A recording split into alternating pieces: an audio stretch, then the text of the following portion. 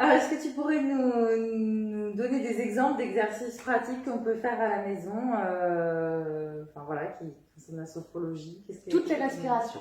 Voilà, j'apprends par ma respiration, qui est le rééquilibrage parfait du système sympathique et parasympathique, à pouvoir m'apaiser, me relaxer. On travaille beaucoup sur des mouvements en sophrologie avec des respirations. J'inspire, je crée un mouvement d'action ressentie. Quand je fais une action, quel est le ressenti?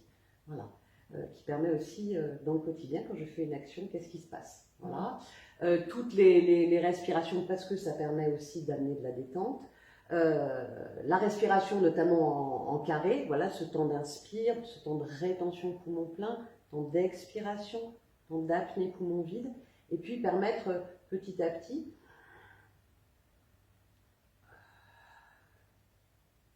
voilà, avec pourquoi pas une visualisation que j'amène sur ces respirations, une image du printemps, de l'été, de l'automne, de l'hiver, pour permettre au quotidien après de les utiliser, parce que c'est des entraînements tout ça, et pouvoir dire après, ben, cette respiration par exemple, c'est intéressant de l'utiliser avant chacun de vos repas, ça permet de se recentrer, de se concentrer, d'arriver au repas peut-être plus en conscience.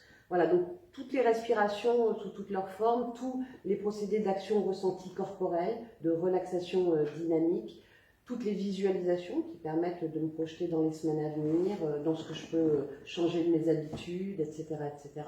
On travaille beaucoup sur les 5 sens, voilà, voilà, de manger en pleine conscience, de mastiquer, voilà, d'aller travailler cette oralité, cette mastication, voilà, d'apprendre à aussi décharger des choses par rapport à ça.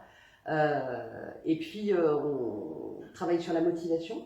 Quelquefois, ça permet aussi, par rapport à une autre prise en charge diététique ou endocrino, d'aller travailler sur la motivation parce que la diète a demandé de faire un petit peu plus attention à ça. Voilà, comment je peux trouver les motivations positives pour ça. Et puis un travail souvent dont on ne fait pas l'impasse, qui est le travail sur la confiance, l'estime et l'assertivité. Voilà, c'est souvent très mis à mal dans cette maladie-là. D'accord. Je ne vaux plus rien, je ne suis plus rien. Voilà. Enfin, question rituelle, toi qui accompagnes du coup les personnes qui souffrent d'obésité au quotidien grâce à la sophrologie, comment tu pourrais résumer selon toi l'obésité en 3 mots? Alors, j'ai un peu réfléchi à l'histoire. Je suis partie sur 3 appositions, qui est de passer du corps rêvé, de celui dont on nous fait croire que c'est le corps qu'il faudrait avoir, à un corps vécu, de l'intérieur. Voilà.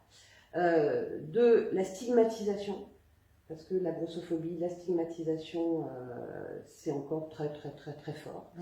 À la déculpabilisation, j'insiste beaucoup sur le fait de déculpabiliser, et puis de cette souffrance, parce que ce sont des corps en souffrance, ce sont des personnes en souffrance, à passer à quelque chose de plus bienveillant, une bienveillance envers soi-même. Voilà. D'accord. Merci beaucoup Laurel. Merci à toi Aurélie.